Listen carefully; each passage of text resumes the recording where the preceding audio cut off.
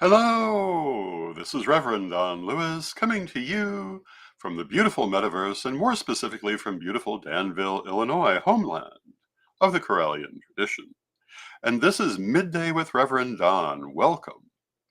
And today is Monday and we're starting a new week. Last night we had our Mabon / Ostara ritual here on Corellian TV. I hope you were able to join us for that. It was quite a lovely ritual. Yesterday, I also had Mabon ritual here in Vermilion County that I attended, which was quite nice. Um, and so it's been a good holiday weekend. And as you know, if you follow Midday with Reverend Don, you can type your questions or comments into whatever platform you're watching on. If you're watching live, they'll show up here in my chat room. And today, I was going to talk about Odin's eye. And what you say is Odin's eye. And Odin's eye is a name that's being given to the asteroid 2024.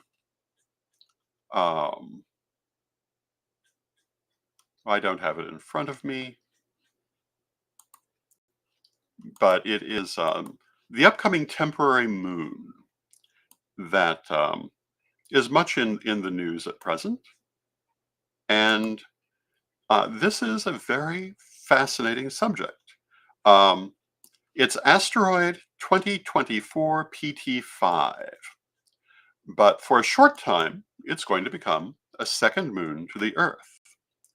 And what is happening is that this asteroid is going to be caught in the Earth's gravitation for several months, 2 months basically, during which time it will make a horseshoe-shaped orbit around the Earth before returning to its normal heliacal orbit or orbit around the Sun.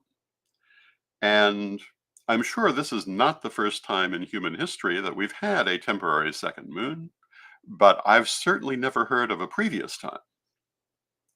And so that makes this rather a unique moment in history. And it's also a unique moment in astrology. And so far, I've not heard anyone discuss the astrological aspects of this second moon, which again is being called Odin's eye. And today, I'm going to talk a little bit about that. And hello to Ed Carr in the chat room. It's good to see you. There will be two different aspects to how we can interpret Odin's eye. The first is through astrogency. If you're not familiar with astrogency, astrogency is divination through celestial events. It is not the same as astrology, but it's closely related and is the predecessor of astrology. And of course, the second is astrologically, by where it places itself in different people's charts. And today, I'm probably going to talk more about the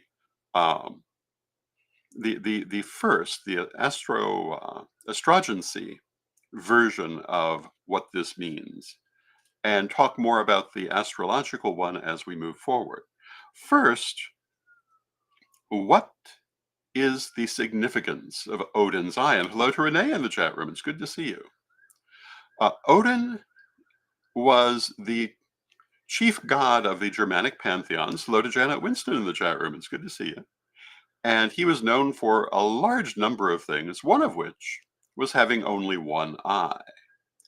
And he had lost the other eye, which is usually thought to be the left eye, by making a sacrifice of it in order to drink from the well of Urd, or the well of Mimir, which conferred more or less universal knowledge on anyone who could do it. But when Odin sought to drink from this well, the guardian of the well, Mimir, demanded the sacrifice of one of his eyes to allow him to do so. And hello to Mystique in the chat room. It's good to see you. And so Odin removed his eye, offered it to the well, and was able to drink and gain that knowledge. So when we look at our temporary second moon, Odin's eye, what does that mean symbolically? Well, you know, the normal moon, our well-accomplished Hello to Maria Law in the chat room. It's good to see you. Um, our well-established existing moon in astrology represents emotions, the subconscious, magic, and psychism, the inner parts of the being, and in general represents that across the board. Obviously, in religion, it is also the mother goddess aspect for many people. Um, Not everyone, but many. And so also has a nurturing aspect. But generally, it represents the inner nature. So, what does Odin's eye represent? And hello to Mary Cavalcante in the chat room. It's good to see you, Mary. If the ordinary moon represents our subconscious, and looking at the legend of how Odin sacrificed his eye to gain universal wisdom, then I would say that Odin's eye represents um, spiritual wisdom, prophecy, oracular work, divine guidance, and deep connection to the inner self. Also, the revelation of things that would otherwise be secret, and um, understanding and coming to greater wisdom. That is how I would interpret this particular second moon. Now, the second moon has some interesting symbolism in a Corellian sense for those of us who are Corellian. It will begin its orbit as a second moon on the 29th day of this month, which is also our regional lustration here in Vermilion County in the homeland of the Corellian tradition, more or less at the same time that oracles will be given here. And if we are looking at it as representing oracular work, visionary wisdom, that is a very interesting omen. And I'm very curious to see what those oracles reveal. And hello to Steve Taylor in the chat room. It will complete its 2-month period as a second moon on November 25th, which would be my late mother's 97th birthday, were she living. My late mother being the third head of the Corellian tradition. And these two things are of great interest to me looking at it. I will also say, without going into too great a detail, because one is not supposed to go into great detail with this subject, but this issue of two moons is very closely related to my personal vision symbol, my personal vision name. I won't say how because that would not be appropriate, but it's very interesting to me because I would never have imagined that there was going to be a moment in my lifetime when the Earth would have two moons. And yet here it is. What all does that mean? Well, we're going to spend a little time thinking about that. We may have a little discussion about that. But it must mean something. And as I say, in terms of astrongency, um, and what would be the adjective? What would be the adjective form of astrongency? I don't think I've ever heard it used as an adjective, but um, when we look at its meaning in this way, it's again cosmic wisdom, oracular work, prophecy, revelation of secrets, um, spiritual knowledge. And for this 2 months, which happen incidentally to coincide with the upcoming United States election, which already has enough writing around it, um, it's very interesting to see. I'm very curious to see how this affects people's behavior. I'm very curious to see how it affects oracular work during this period. And I'm curious to see what things come to light during this period, because that would be what I would expect to happen. Now, I mentioned previously that the United States is in the middle of its Pluto return, or I should say it's experiencing its Pluto return, which usually brings about great change in any institution that survives long enough to have one. To have this happen uh, as well is really quite remarkable. And I have to say that, like a lot of the outer planets, I think this has more of a planetary significance than necessarily an individual significance, but I do think it has an individual significance for people also. And what I would say is where it appears in your chart at the time of its entrance and exit will tell you how it will affect you. And I do not yet have that information. I'm going to see if I can't find it. And I think that for those children born in this 2 month period, it is a very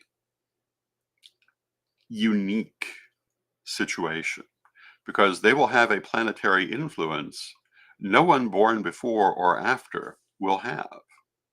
And that is most remarkable. And I would expect that that would bring them a greater psychic connection and revelation of secrets in important ways in their lives, revelation of prophecies in important ways in their lives. What ways would be determined by where in their chart the Odin's eye appears. The idea of Odin's eye, in part, is that it can see everything. By drinking the water of the well of Erd, Odin gained the power to be able to have universal knowledge, but the eye that he sacrificed had the power to see things at great distance that ordinary eyes could not see. That's why Mimir wanted it as the sacrifice. Of course, Odin's remaining eye can still see all things, but the wandering eye can presumably see still more because it is not located in only one place. So this is a time of seeing things that we would not otherwise see. And, I think we can reasonably ask, and hello to Lynn Townsend in the chat room. It's good to see you. Um, and hello to Steve Taylor, if I didn't already say hello. I think that we can reasonably ask whether this is a blessing or a curse, and it could in its way be both. I suppose it depends how much we want to see the hidden things that we are going to see, because that, of course, includes things about ourselves. So this should be a time which should also promote either deep personal understanding or psychological crisis if you're not willing to look at the things that are brought forward. So my advice to all people is that what comes to you during this 2 month period, whether pleasant to see or otherwise, pay attention. Watch what it does. Do not shy away from it or hide from it because it's important. And it will tell you things about yourself, even as it tells us things about our world. And in both cases, they are going to be important things that we need to see, but not necessarily pleasant ones. Not necessarily unpleasant either, but not necessarily pleasant. It's a time of deep shadow work, for want of a better way to put it. But unlike most shadow work, which is individual, this is going to be kind of universal. And I think we're going to see it everywhere. And in the chat room, Mary says, very interesting. It is very interesting. And I think one of the things that we need to be looking at is how we, who are practitioners of witchcraft, can best take advantage of this unique situation. And Julia says, would having 2 moons affect the tides of the sea? And the answer is, well, it certainly could. Will it? I don't know. I'm not sure of the relative size of this asteroid and exactly how that would interact, but I can see whether anyone has attempted to decipher that yet. But given that the existing moon does affect the tides, the presence of a second one should have at least some effect, yes. And the present moon also affects us, and there will be certainly a full moon during this period, which period of time is known for producing exaggerated effects among humanity. And so I think that having a second moon at this time will also increase that. Like we need any more craziness in the world at this point. Um, and Maria says, "When will the two moons happen in the UK?" I believe that these dates are universal. And hello to Divination TV. I'm not sure. Um, I'm going to assume that that's Reverend Mary, although I thought I had seen Reverend Mary earlier, but hello, Reverend Mary. And I think that the dates of September 29th to November 25th are universal. Those are just the dates when the second moon, when the Odin's Eye will be making its run around Earth. And wherever you are in the world, it will be the same period of time, because it's not a matter of how things appear from any part of this planet, but rather the physical, mechanical position of this asteroid. It's like the equinoxes or the solstices. They're the same date everywhere on Earth, whereas many other things may vary depending where on Earth you are in terms of astrology. And Divination TV says, yes, it's Reverend Mary. And Janet says, I will keep an eye on what goes on in my day. Absolutely. And I'm particularly curious, uh, really, for this whole period. And I think we're going to be discussing this a couple of times during this week. And we shall see what all we get. And now I see that we're a little past halfway through our hour, and we're going to take a moment for a message from our sponsor, Equinox Learning Hub.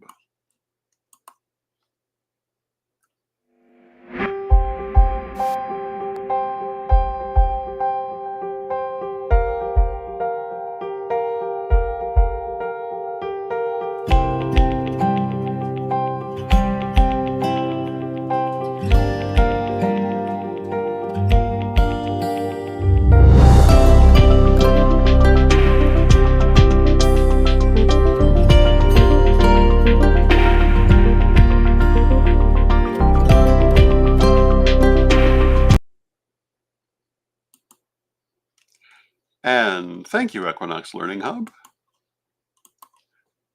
And I am back, and we're talking about Odin's Eye. And as I said earlier, I can't imagine this is the only time in the history of Earth that something like this has happened. But I am aware of no other historical time um, during the history of humanity that it has happened, or at least that it's been recorded as having happened. I suppose it's possible it could have happened at times when it was not visible from the Earth, and therefore not really seen, not really understood. Um, but it seems to me this is an absolutely unique time in history. And, I've talked before about how I do not like the fact that social media tries to make every astrological event into this once in a millennia occurrence that it really is not.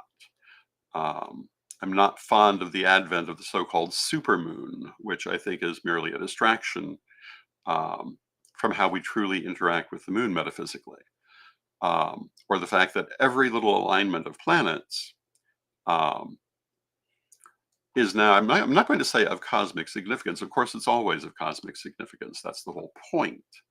But they're often built into things that they're not. But this is a genuinely historical moment, a genuine once in a lifetime thing.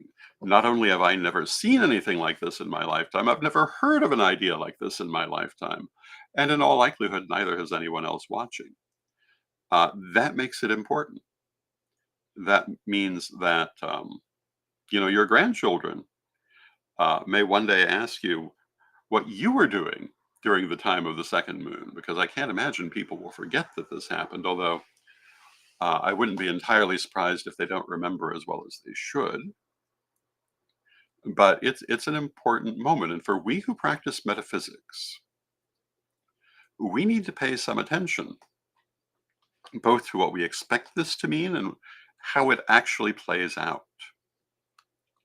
And as I say, my interpretation of Odin's eye is that just as in mythology, Odin's eye could see things everywhere in existence, that this will bring to light, bring to vision, things that are not normally seen, both in the revelation of secrets and in um, prophecy, oracular work, divination of all sorts.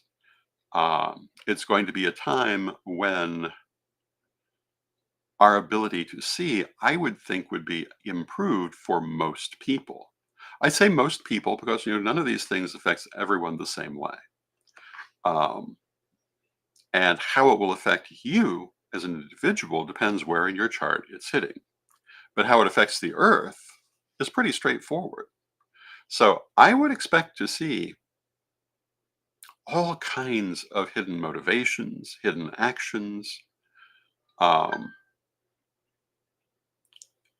prophecy, predictions of all kinds during this period. That is what I would expect to see. And also a great deal of shadow work, both individually and universally. And of course, shadow work can be intentional or it can be something you just do. And usually when people talk about karma, because shadow work is all about karma, they talk about reliving the experience in a new way. So this may bring about a lot of repetition of things to try to bring out the inner meaning of it for people. Um, and a lot of people may have their shadow work that way. Um, but the other aspect of karma, so karma is all about attachment. And so you can do your shadow work intentionally without having to relive it if you know how and you choose to do so. But you have to be honest with yourself. And I think this is going to be a period where it's very important for us all to be honest with ourselves. And um, I think that's probably going to be something we will see from the very first day, which will be this coming Sunday. And again, this coming Sunday is our regional illustration here in Vermilion County. And what do we do at illustration? We do oracular work. And there will be a lot of oracular work happening, I think, both in the illustration and adjacent to it, to unexpectedly coincide with this event. And if you have followed lustration oracles over the years, they're usually pretty accurate, but they're not always terribly obvious at the time. Some of them became obvious months or years later in terms of what they meant, which is not unusual for oracle work. One of the things about the famous Oracle of Delphi was that it was not uncommon for the oracles to be very, very clear in hindsight, but not so clear when they came through. And that's the centerpiece of numerous mythologies um, among the ancient Greeks. When a particular oracle was made, which seemed straightforward and came about in the most unexpected ways, such as the oracle for Oedipus, that he would kill his father and marry his mother. And to get away from this, his natural parents exposed him to die in the wilderness. But he ended up being raised by another couple um, who later also got this same um, message. And So he made it a point, because he didn't ever want to do such a horrible thing, to not go home after receiving this oracle, and went out and accidentally discovered his biological parents, one of whom he killed and one of whom he married. Um, Oracles are interesting this way. Now, am I saying that's a historical oracle? Probably not. Um, but it is a good example of what an oracle can sometimes do. And, looking back, I've had oracles um, whose true meaning was not obvious when they first came through, and only became clear over time. So when I talk about things coming out through oracles, through prophecy, um, they're not always going to be extremely clear, but I do think they're going to be very prevalent during this period. And I strongly suspect that we'll be returning to this subject. We may return to it tomorrow. Um, but once the actual orbit of the second moon has begun, um, I plan to be actually taking stock of what it's doing while it's doing it. And so let us prepare ourselves to receive Odin's eye. And as we receive Odin's eye, and if you think about it, if that's what's happening. We're receiving the oracular eye of Odin, which can see everything, everywhere, and will bring to light many, many things. So let us open our heart to increased vision. Let us open our heart to increased understanding. And let us resolve to ourselves that we will not hide from the knowledge that tries to come through. And it's very interesting. And, I will say again, is this a blessing or a curse? And it's going to be different things to different people. You know, Sometimes the exact same thing will be both a blessing and a curse, depending on how it hits individuals.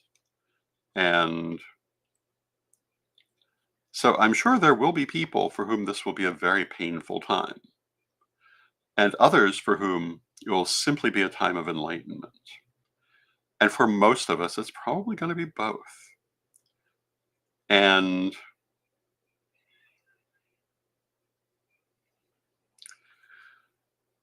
as we go through this time, I will have, I expect, a number of meditations to help us to attune to it, to help us to embrace it and to make the most of it.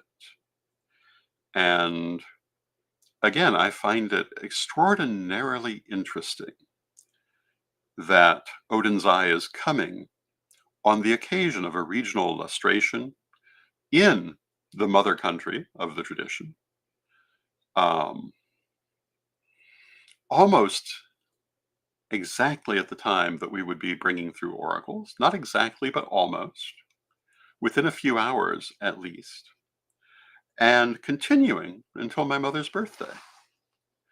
And that is a significance that I don't know that I completely grasp at this moment, but we'll probably be talking more about that too. There are so many things involved in this, and it certainly is going to be a time of prophecy, of oracle work, which are basically just different words for the same thing, and of revelations.